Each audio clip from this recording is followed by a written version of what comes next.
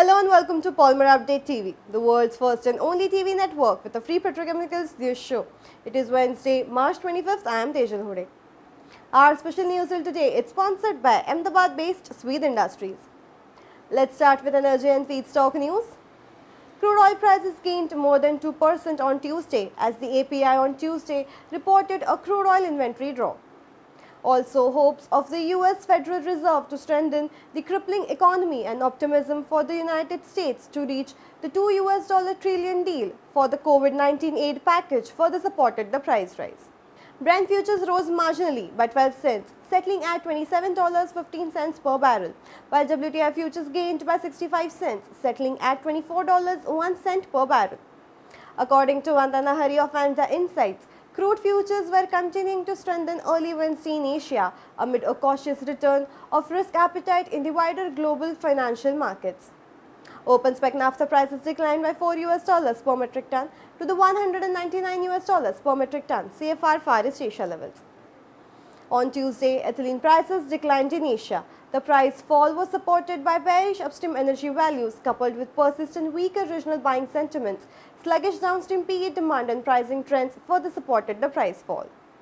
Moving on to the Asian market update for PP and PE. In PP, this week PP prices declined in Asia.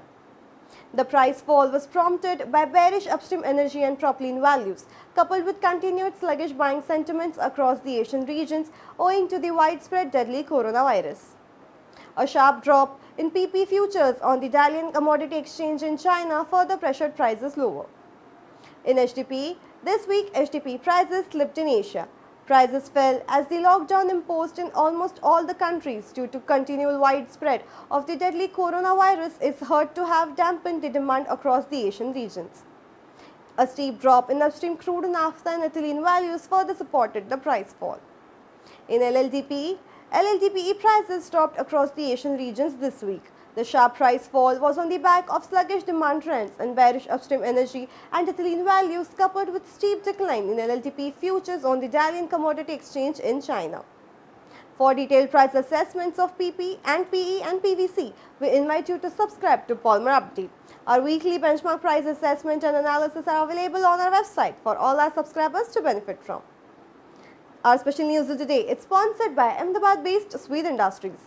Established in the year 2005, a reputed manufacturer and supplier of thermoplastic injection molding machines. That's all for today's Polymer News. Watch our daily news video tomorrow to know more. It is Wednesday, March 25th. I am Tejal Hode. Thank you. Find us on Facebook at facebook.com/polymerupdate and be sure to click the like button. You can also find us on Twitter at Polymer Update. For the latest news from the plastics and petrochemicals industry, subscribe to our YouTube channel and do not forget to hit the bell icon.